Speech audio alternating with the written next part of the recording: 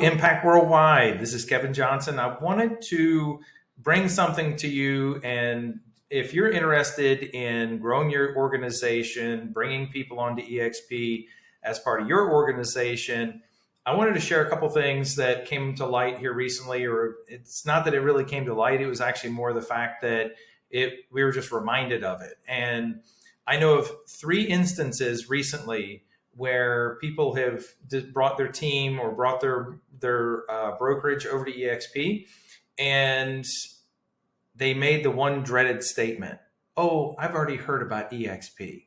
And it was kind of interesting because we've all heard it. We've all heard the response, I guess, is what it is. It's kind of like, and I used this when I was talking to one of our agents recently, one of our impact family members, and I said, it's kind of like, what do you do when you walk into a retail store and they say, "Can I help you?" What's your first response?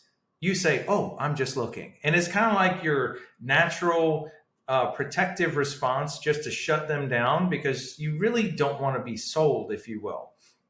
So a lot of agents have now been conditioned to say, "Well, I've already heard about your model," or I'm already talking to someone else. We all know it. We've all heard it. But here's something, and even if you're not really, if you're not interested in growing your organization, think of it this way. If you're looking at selling houses, I'm going to talk about growing your organization, but the same thing applies if you're looking to sell houses. So I was helping, I'm going to talk about 2 of the agents that have brought their teams over recently, and another one that was talking to a really big team over the weekend. And I actually, because Shelly's been sick, but I did this phone call, and I basically spent about an hour on a Zoom, 3-way Zoom with this agent and the brokerage, or a big team that they're talking to. So they had the dreaded, I've already talked to numerous people about EXP. I already know all about it. And in some respects, you think that's either a black or a white. It's a yes or a no. And it's not. That's the thing. We sometimes think these are conversation killers. And if anything, it should give you material then to work with. And that's why I want to give you 5 things to think about when you're growing your organization. So if they do give you that, historically, that dreaded, "I've already heard about it," or "I'm already talking to other people," ask them, what is it about the model, or what is it about EXP that you liked? And, a lot of times we think they're talking to somebody else, or they have talked to someone else, or they said, "I've already heard about the model." I can't tell you how many times people get on 3-way calls. They've never even watched EXP Explained. So, I think that's one of the best ways that they should be learning about EXP, is watching the video, because it's comprehensive, it's systematic, and it's guaranteed. If they watch the whole thing, every time exactly what they've heard. A lot of times, if they've only heard someone may only relate what they like, as opposed to relating, if they only talk about stock and they only talk about revenue share, which are fantastic, those aren't the be-all end-alls of EXP. They are fantastic elements of EXP, but it is not the whole reason why people move to EXP. So I would start with, well, great. What is it that you liked? And start writing those things down. And this whole thing that I'm going to talk to you about is, think of it as more of like a consultative process. And I'll explain more of this as I go through. So the next thing is, after you learn all that, ask them this question. And this is not a new idea, but it's about the consistent application of it. So on the call, or the 3-way call on Saturday, they talked about some things that they liked. And I said, great. So on a scale of 1 to 10, so this is number 2, on a scale of 1 to 10, where are you? And I knew the other agent thought, okay, they're kind of like teetering on no, meaning like they're on the fence, but they're leaning towards no. So I said, on a scale of 1 to 10, where are you? Like, give me a number. And they said an 8. I said, all right, great, fantastic. Tell me, what is it that would for you move an 8 to a 10? Meaning this is the right model for me. And then she went through and she named 3 different things. And the funny thing is, it had nothing to do with EXP itself, had nothing to do with the model, had nothing to do with EXP as a brokerage. It was all about her and her team. So when you're trying to figure out how to show someone the model, show someone EXP at the brokerage, show them what it looks like for them to be here, you need to ask some of these questions. Number one, figure out what it is that they like, because you need to know what is meaningful to them, not to you, not to someone else, but what's meaningful to them. Number two is you ask them on a scale of 1 to 10.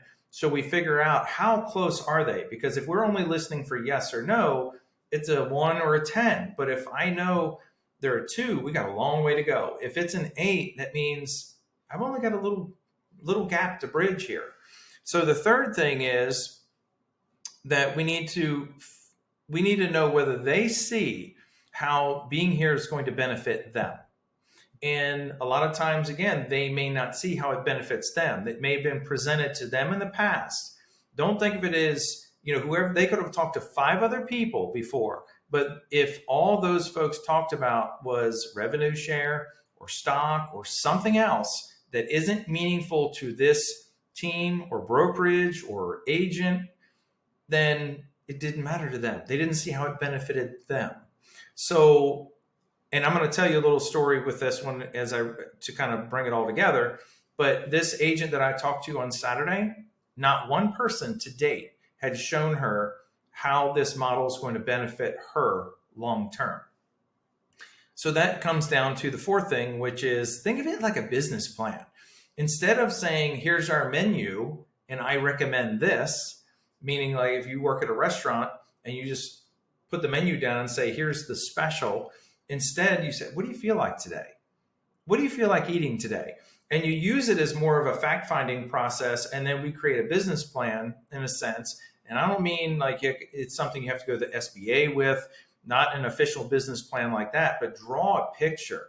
Help them see and understand what it looks like, 3 to 6 months down the road in this brokerage or working under this model. Because again, a lot of them that they don't see that. And the agent that I talked to on Friday or Saturday hadn't seen it. The other 2 teams that I mentioned earlier, they had not been presented what it looks like for them.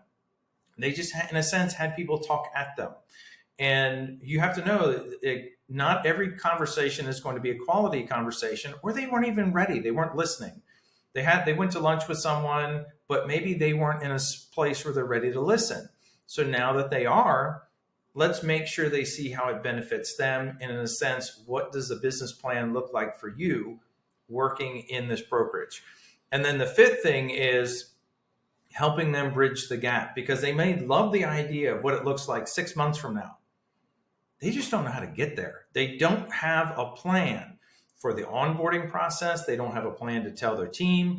They don't have a plan to tell family members. They have a plan for nothing. All they see is the pain. So what is it that can be done to eliminate or reduce their pain? What is it that can be done to facilitate their onboarding? What is it that can be done to ensure that they have a super smooth transition and they get in and they're so happy they never look back? They don't look at any of the, I had to change logos or I had to do anything else, no rebranding. They don't care because they're so excited about the future. So very quickly, the agent that I spoke with on Saturday, they've been in real estate for decades. They have a team. There's family on the team, and they want an exit strategy. They want an off-ramp from real estate, but they have family that's in the business and also team members. So they want to know, how does this model benefit me in a way that I can be really, in a sense, like involved, but not involved. And they wanted to know, how do I do this in this model so I can benefit in the future? And I'm also leaving something for my family. And I know that my family will be supported and they won't destroy what I've created over decades. And I literally took the model, applied it to her business. And then I showed her how she can live in Florida and, her team can continue to run, be profitable and prosperous in New England. And she doesn't have to worry about everything falling apart. She's got a support system. She has a way for her to create a legacy. There were so many things that applied to her, but it took learning and understanding where she is, where her current model is, and how this EXP model will benefit her, her family, and her team. And we also talked about the transition process, the onboarding, and everything else. So when you're looking to grow your organization, make sure you're asking, because by now, almost anyone's going to say they've heard about EXP.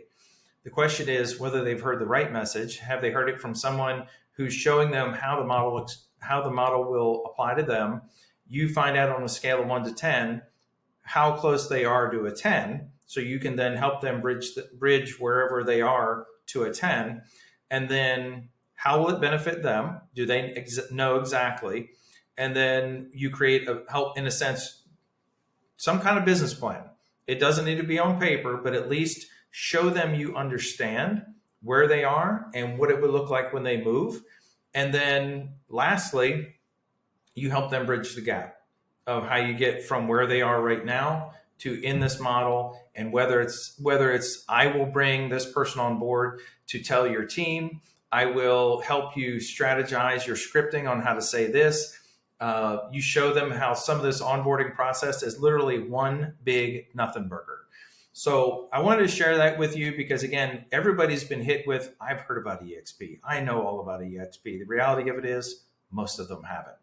So thought this would be helpful. And if you have any interest in setting up some three-way calls, make sure you get the right people on the calls, because some of them, they need, someone with a lot of enthusiasm. Sometimes they need somebody to help bring all the bullet points together and help them see a different picture. But think of the people that you're going to put on a three-way call as like tools in the toolbox. Grab the right tool for the right job. So have a great day, and I'll see you again soon.